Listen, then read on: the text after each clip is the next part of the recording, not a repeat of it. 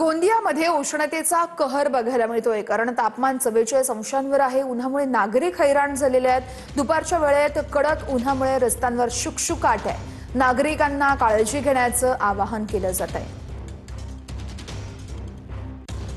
जिल्ह्यात उन्हाचा तडाखा वाढला असून गोंदिया जिल्ह्याचा पारा मोठ्या प्रमाणात वाढत आहे। गोंदिया जिल्ह्याचा पारा 44.5 अंशावर पोहोचला असून नागरिक हैराण झालेले आहेत। एप्रिल महिन्यात आतापर्यंत हे सर्वाधिक तापमान नोंदवले गेले असून कडक उन्हामुळे नागरिक अक्षरशः हैराण झालेले आहेत। गेल्या काही दिवसापासून गोंदिया जिल्ह्यात उष्णतेची लाट जाणवत आहे। दुपारच्या वेळी कडक उन्हामुळे रस्त्यावर सुळसुळाट पाहायला मिळत असून अत्यावश्यक कामानिमित्त नागरिक घराबाहेर पडणे टाळत असून बाजारपेठांमध्येही वर्दळ कमी झाल्याचे चित्र आहे।